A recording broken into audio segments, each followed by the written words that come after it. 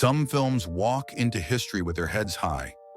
Others are dragged into it, kicking and screaming. And then, there are films like Hail Mary, a movie so quiet, so intimate, so small in scale, yet so explosive in the way the world reacted to it, that its reputation grew far beyond the story it tried to tell. When Jean-Luc Godard released Hail Mary in 1985, he didn't unleash a blockbuster. He didn't release a spectacle. He simply reimagined one of the most known religious stories on earth in a modern setting. But sometimes that is more than enough to ignite a global fire. Because Hail Mary isn't loud or graphic or violent. It's something more unnerving, a calm film asking unsettling questions. What would a miracle look like in a world that doesn't believe in miracles anymore? What happens when faith touches ordinary people living ordinary lives? And how does humanity respond when a sacred narrative appears in a mirror they're not ready to look into? The film opens with a whisper, not a shout. A young woman named Marie lives a simple life: basketball, work, school, everyday routines, until she is visited by a mysterious messenger who tells her she is chosen for something far beyond human understanding.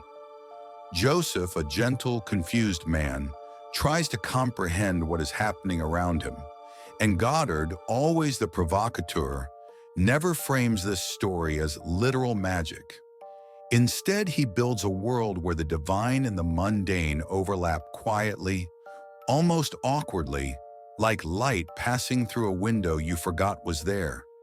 But Godard wasn't just retelling the Nativity, he was reinterpreting it, the same way he had spent his whole career reinterpreting cinema itself. For him, the sacred wasn't something locked inside a church.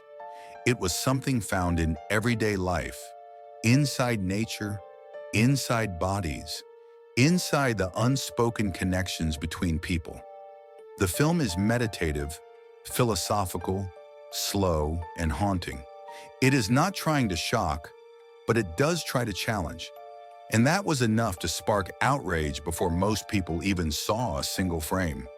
Because the moment religious leaders learned Godard was making a modern retelling of the Virgin Mary story, the protests began.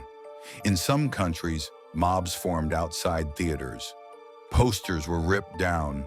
Screens were smashed. Politicians demanded bans before screenings even occurred.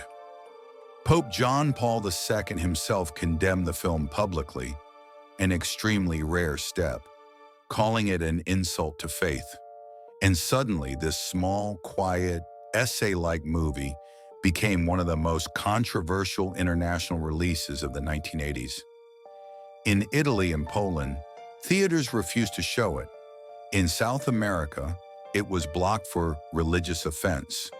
In parts of the US, local councils attempted to ban screenings through moral pressure. Some countries simply declared it unacceptable and shut it down entirely. It became a global flashpoint, with some calling it art and others calling it blasphemy. But none of this controversy came from explicit content or sensationalism, because Hail Mary does not aim for shock value. What disturbed people wasn't what was shown, but what was suggested.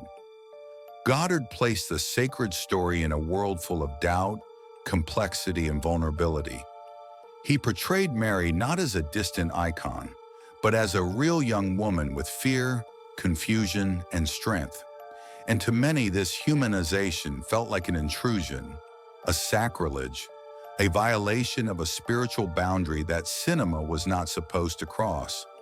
But to others, especially critics, scholars, and filmmakers, Hail Mary was something else entirely, a bold artistic experiment, a meditation on purity and identity, a question mark placed in the center of belief itself.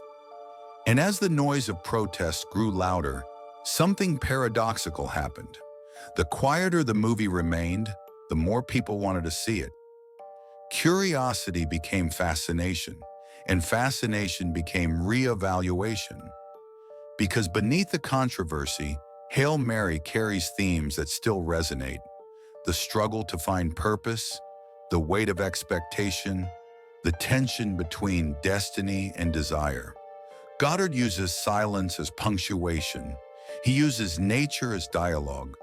He turns everyday life into a canvas for philosophical reflection.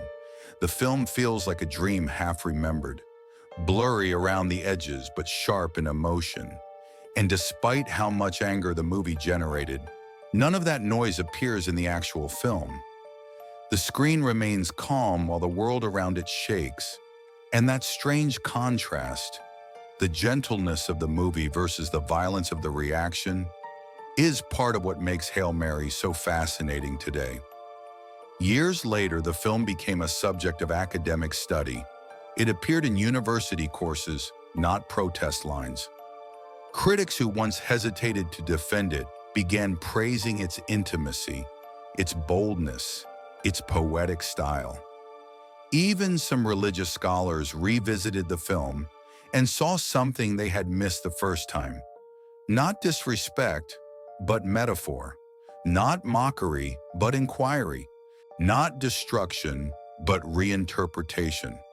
Because if the last temptation of Christ was attacked for suggesting human temptation, and Life of Brian was attacked for comedy, Hail Mary was attacked simply for existing in a modern context. It dared to ask, without fear, what a miracle looks like in a world full of skepticism. And that's a question humans have wrestled with for centuries.